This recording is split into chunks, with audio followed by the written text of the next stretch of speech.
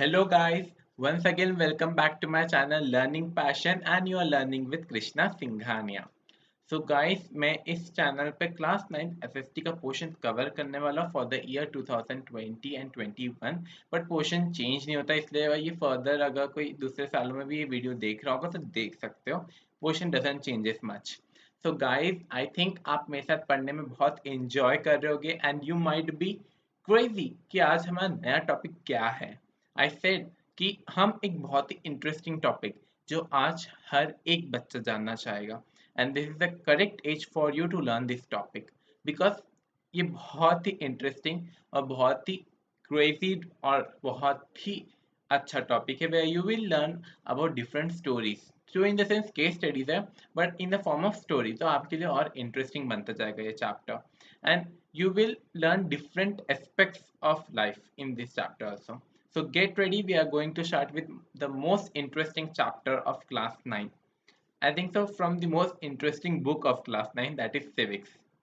So guys, here before I start the chapter, one general information कि आपका जो civics का टेक्स्ट बुक है अगर कोई समझ लीजिए आपके ब्रदर सिस्टर्स आपके पुराने बुक्स यूज कर रहे होगे of your Elder brother and sisters तो आप एक बात ध्यान रख लीजिए कि जो आपकी पुरानी टेक्स्ट बुक्स है उसमें 6 चैप्टर्स है जिसमें फर्स्ट चैप्टर है democracy in the contemporary world, शायद ऐसा ही कुछ नाम है वो चैप्टर का. तो गाइस वो अब पोर्शन में नहीं रहा. Okay, contemporary democracy in the contemporary world ये चैप्टर अब पोर्शन में नहीं रहा. अब आपका फर्स्ट चैप्टर है why democracy and what is democracy. Okay guys, तो एक बात नोट कर लीजिए, अगर ओल्ड टेक्स्ट बुक है of old version previous portion की तो प्लीज आप वो चैप्टर को ओमिट कर दीजिए. And guys if you are using old text book तो आपके किसी फ्रेंड के अगर नई टेक्स्ट बुक है ऑफ लेटेस्ट ऑर्डर तो एक बार कंपेयर कर लीजिए, ठीक है, क्योंकि कुछ कुछ पॉइंट्स नए भी ऐड होते हैं तो आपको वो भी क्लियर हो जाएंगे. So guys, let us start our most craziest and the perfect chapter of your life. That is why democracy and what is democracy. अगर आप एक परफेक्ट लीडर बनने की इच्छा रखते हो या फिर आपका फ्यूचर आप सोचते हो कि पॉलिटिक्स में मुझे जाना चाहिए and you are more inspire by आप प्राइम मिनिस्टर नरेंद्र मोदी, आप भी उनकी तरह ही कुछ पॉलिटिक्स में एक स्टेटस या फिर हम कहें एक पोजीशन चाहते हो तो yes, you need to carefully go through with this chapter because in India to become a prime minister this is the most basic step. आपको इसके अंदर एक basic knowledge about what is democracy मिलेगा but आपका portion बहुत interesting है. आई think सो आपको इसके अंदर इलेक्शंस के ऊपर भी है तो इलेक्शंस एक चैप्टर बहुत ही बढ़िया चैप्टर है. Then you are having a constitution. I think so constitution is also one chapter here. So guys that is also interesting because आप जिस देश के political leader बनना चाहते हो उसका constitution तो पता होना चाहिए ना. So guys let us start the chapter. I think आपको ये chapter बहुत पसंद आएगा because मुझे भी literally बहुत पसंद आया था ये chapter and it's a quite good chapter. आप लोग इस chapter में बहुत सी नई नई चीज़ें भी देखेंगे. So let's start. That is, what is democracy and why we should prefer democracy. India being a wide nation, so हमारे कुछ लीडर्स ने डेमोक्रेसी का एक बहुत अच्छा ऑप्शन चूज किया. Let us go to history of 1947 guys. मैं आपको थोड़ी सी बात उस टाइम की बताता हूँ कि हमारी कंट्री ने डेमोक्रेसी क्यों ऑप्ट किया.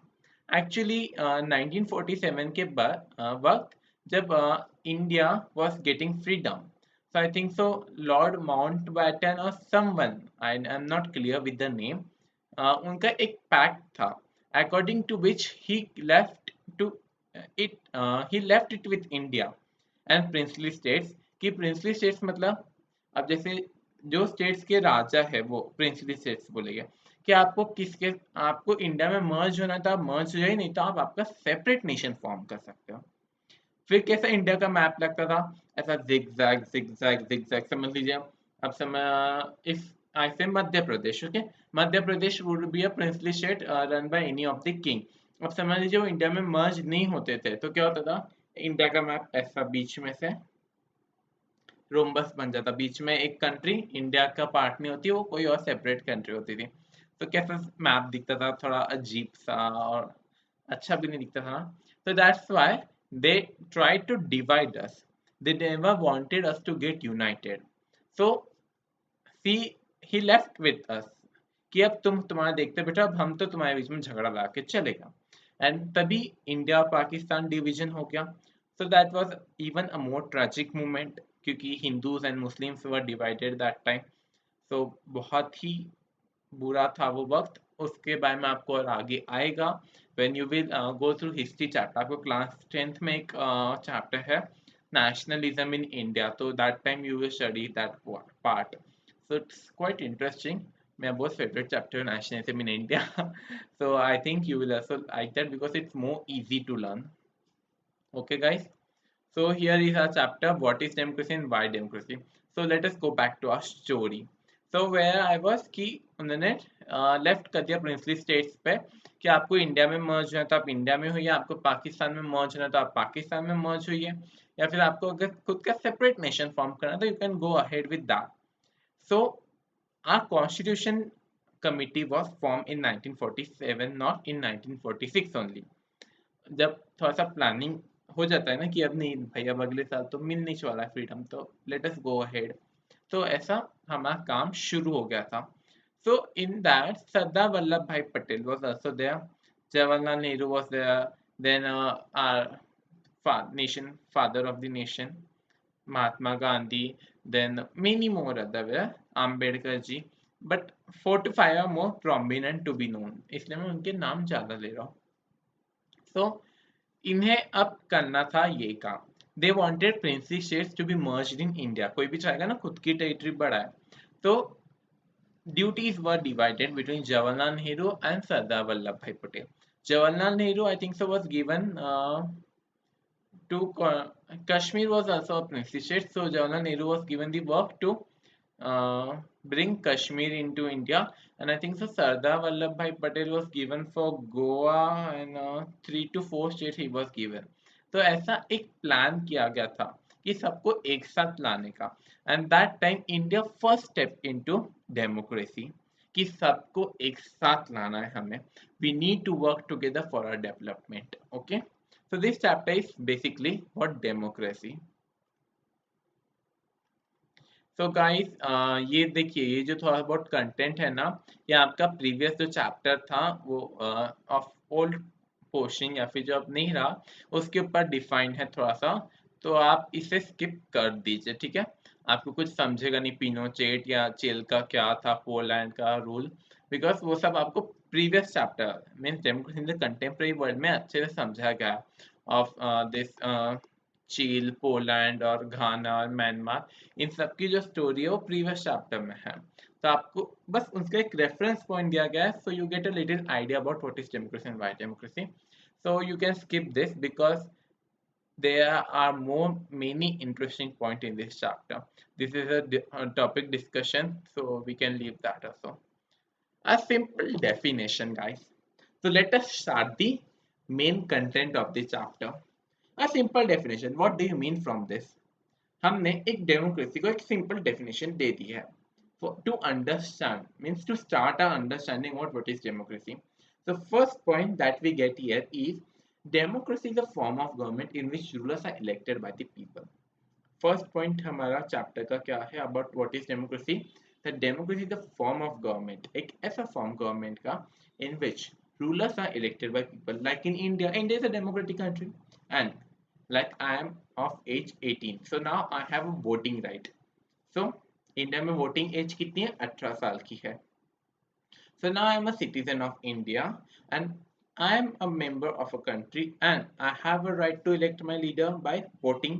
इधर वो रहता है ना, देखिए मेरा ये तो वोटिंग का नहीं है, ये तो पोलियो का है शायद, बट यहाँ पे वो लगाते हैं ऐसा दैट यू हैव वोटेड। आप ऐसे फोटोज खिंचाते हो ना स्कूल्स में इलेक्शन होते हैं, तो यहाँ पे हमने वोट करके आए, तो that is voting for election. So basically one definition we give here is that democracy is a form of government in which rulers are elected by the people, by us. But कौन people? citizens of the country. Okay.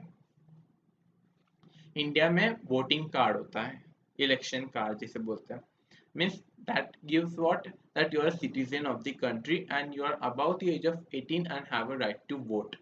अब right to vote सबको होता है क्या? हाँ, but there are some exceptions, जैसे criminals को या फिर कहो हम जिसने देशद्रोह काम किया है उनसे सिटीजनशिप वापस ले ली जाती है. So like this people don't have right to vote, but other who are having citizen card have right to vote. Okay, but ये definition is not at all. Means democracy सिर्फ इतना ही नहीं है कि आपको इलेक्शन राइट मिल voting right मिल गया नहीं आपकी कंट्री डेमोक्रेसी है, नहीं. This just a basic step we are going ahead to learn what is democracy. अब जैसे आपके टेक्स्ट बुक में दिया गया है that the army rulers of Myanmar are not elected by the people. So this is non-democratic country Myanmar, है ना. हमने अभी ये चैप्टर में कंट्रीज को दो पार्ट में डिवाइड किया है. First is democratic country, for example India, and second is non democratic country और whichever pretends to be democratic. फर्क होता है डेमोक्रेसी में, डेमोक्रेसी होना और डेमोक्रेसी प्रिटेंड करना. प्रिटेंड करना मतलब दिखाना लोगों को कि हम डेमोक्रेसी है, पर अंदर कुछ और ही चलता है. ठीक है, आपको इस चैप्टर में वही सीखना है, difference between pretending democracy and what is democracy. So basically keep this concept in mind. Pretending का मतलब क्या होता है, democracy का क्या होता है, because this is the most basic base of this chapter. Okay, तो आपको वो अच्छे से ख्याल में रखना है. और जो जिधर इलेक्शन होते ही नहीं थे तो ऐसे ही डेमोक्रेसी नहीं हुआ. जैसे हम कुछ जैसे इन्होंने म्यांमार का एग्जांपल दिया. If I say about I think so north Korea, I am not sure, पर शायद north Korea is also non democratic. I am not remembering. Hitler rule was dictatorship, so that is also non democratic country. अब Germany का status मुझे पता नहीं क्या है, but during Hitler time it was dictatorship. शायद पहले जर्मनी में डेमोक्रेसी थी, but when Hitler came he bought dictatorship. Okay, this is again of previous chapter, so you can leave this, come here. So I told you that itni definition cannot define democracy. Democracy is a wide term and this definition is just forming a base for democracy. Okay, और आज की दुनिया में ना सबको बताना है कि हम डेमोक्रेसी है. हम डेमोक्रेसी क्यों? Because democracy is a form of government where the development rate of a country is very high. आज देख लीजिए आप कोई भी अनडेवलप्ड कंट्री, सॉरी कंट्री में, not undeveloped, if I say about in dictatorship country, if I say mostly उसका development rate थोड़ा सा लो होता है than democratic country. But dictatorship is not always failure. I think so if Dubai, I don't know completely कि Dubai dictatorship है या democracy, I don't know, but if it is a dictatorship then you can see how great work they are doing, क्योंकि उनका development बहुत अच्छा है. आज हम if in India if we see, अगर टूरिस्ट प्लेसेस में कोई भी जाना चाहे तो फर्स्ट पोजीशन लोगों का यूरोप की कोई कंट्री होती है, नहीं तो फिर दुबई होता है. Why? Because Dubai is such a beautiful place. मैं जा चुका हूँ, so I know. बहुत ही ब्यूटीफुल सिटी कंट्री है दुबई. वेल डेवलप्ड है, वेल इक्विप्ड है, environmentally friendly, तो I think so it is environmentally friendly, and the mind of the ruler is very sharp, I can say. Okay, so if Dubai is dictatorship then it is very good at the development stage. पर अगर नहीं होगी तो okay, democracy का भी आप देख सकते हो कि डेमोक्रेसी में भी उतना डेवलपमेंट है. so if anybody pretends, तो क्या होता है, आप समझ लीजिए मैं कोई इंडस्ट्रियलिस्ट हूँ, मैं एमएनसी हूँ, मतलब मेरी कोई मल्टीनेशनल कंपनी है. आपको एमएनसी का फुल फॉर्म पता होगा तो नहीं समझेगा, इसलिए मैंने मेरे हिसाब का फुल फॉर्म बता रहा है, मल्टीनेशनल कंपनी. तो अब समझ लीजिए मुझे मेरी कंपनी कोई दूसरे कंट्री में खोलनी है, तो मैं फर्स्ट चॉइस क्या रखूंगा? डिक्टेटरशिप कंट्री नहीं. क्यों रखूंगा? क्योंकि उधर मेरे को जिस तरह से काम करना है मैं कर पाऊंगा क्या? नहीं, मेरे को उनके रूल्स फॉलो करने पड़े। उनका रूल बोलेगा कि नहीं, ये प्रोड्यूस कर, तुझे इसके अलावा कुछ प्रोड्यूस नहीं करने दूंगा मैं, तो फिर क्या आएगा? मैं उनकी कंट्री में जाके फैक्ट्री सेटअप करोगे मेरी, इन्वेस्ट करोगे उनकी कंट्री में? नहीं। I will invest in a country where I have an equal right. Okay, जैसे अब India, India is a democratic country, और मैं अपने हिसाब से प्रोड्यूस, अपने हिसाब से सेल कर सकता हूँ। So I can choose a country like India, but India has one problem कि इंडिया में आप डायरेक्ट अगर कंपनी खोलना चाहोगे तो there is a long procedure later. तो इसलिए कंपनीज जो है, आउटर कंपनीज, थोड़ी इंडिया में कंपनीज खोलने को कम देखते हैं कि इतना प्रोसीजर फॉलो करने के बाद फिर कंपनी खुलेगी। पर हमें यहाँ पे कंपनीज को सुविधाएं भी उतनी ही दी जाती है। इसलिए it depends upon the MNC कि उन्हें कहाँ पे इन्वेस्ट करना है। जैसे अब इफ आई से I heard it in news, I am not clear about it, मैं शायद न्यूज में सुना था कि चाइना से अभी ड्यू टू कोरोना पैंडेमिक बहुत सारी कंपनीज निकल रही है। I heard like this, I don't no, I am not clear about this कि वो चाइना छोड़ के जा रहे हैं, बिकॉज यू नो न्यूज़ आपको बता रही होगी चाइना की conditions and all. But okay, so अब वो चाइना छोड़ रहा है, so they where they can go for investing, they will choose another democratic country. China is democratic pretending, China थोड़े से रूल्स डेमोक्रेसी की फॉलो करती है, थोड़े से नहीं करती है, वो मिक्स मैचअप डेमोक्रेसी फॉलो करती है। India is a truly democratic, इसलिए इंडिया में थोड़ा सा जो रूल्स रेगुलेशन है लोग इतना फॉलो नहीं करते हैं। So you might have got about what is democracy here. अब हम इस डेफिनेशन में कुछ जो की वर्ड्स हैं हम उनका मतलब देखते हैं। Rulers, rulers in the sense what, आपको जो गवर्न करेंगे, like Narendra Modi is a ruler, not ruler, is a prime minister, but if I say he's at a designation of ruler because he rules the country, he guides the country, he directs the country कि अब हमें next step क्या करना चाहिए, so he's the ruler of our country, so he is elected, so ruler should be of how, मतलब ruler कैसा होना चाहिए फॉर अ डेमोक्रेसी? अच्छे विचारों वाला, इफ आई से इन हिंदी, नॉट अ क्रिमिनल, अगर कोई एज क्राइटेरिया होगा तो एज एज क्राइटेरिया पास करके ऐसे, so that is ruler here. Election, election कैसे होने चाहिए? फेयर इलेक्शन होने चाहिए, वोट्स खरीदे नहीं जाना चाहिए या फिर सबने वोट करना चाहिए, किसी के वोटिंग राइट्स डिवाइड ना होना चाहिए, जैसे कई नेशंस में होता था पहले कि ब्लैक एंड व्हाइट का, whites have right to vote and blacks do not have, कि the blacks have right to vote, white doesn't have, तो वैसा फेयर इलेक्शन होने चाहिए। People, every person should have right to vote, है ना, that is there. और people कि किसको राइट है रूलर बनने का, that even. And form of the government, democracy, dictatorship, republic. Republic and democracy are little bit same only, उनमें कुछ माइन्यूट सा ही फर्क है। Okay guys, so this was all about the democracy till now in our part 1. I end this video here. अब हमारा जो next part होगा our two case study. I think so case studies of Pakistan and China. So this I will be covering in part 2. Okay. Then in part 3 it will cover third case study and I think so case study of Zimbabwe. And fourth part will be concluding of the chapter. ठीक है, मैं fourth part के साथ आपको notes, presentation, 1 mark question and text book का सब provide कर दूंगा। I think I will provide text book with this part also, so no worry.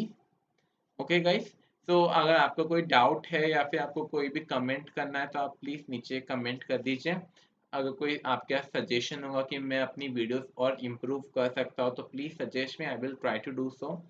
And if you have any suggestion for me so please you can do that। और अगर आपको text book और अगर कोई भी important चीज़ें चाहिए तो आप डिस्क्रिप्शन में चेक कर लीजिए, आपको डिस्क्रिप्शन में मिल जाएगा। and everything is done. So guys, thank you for watching my video and signing out, Krishna Singhania. Bye.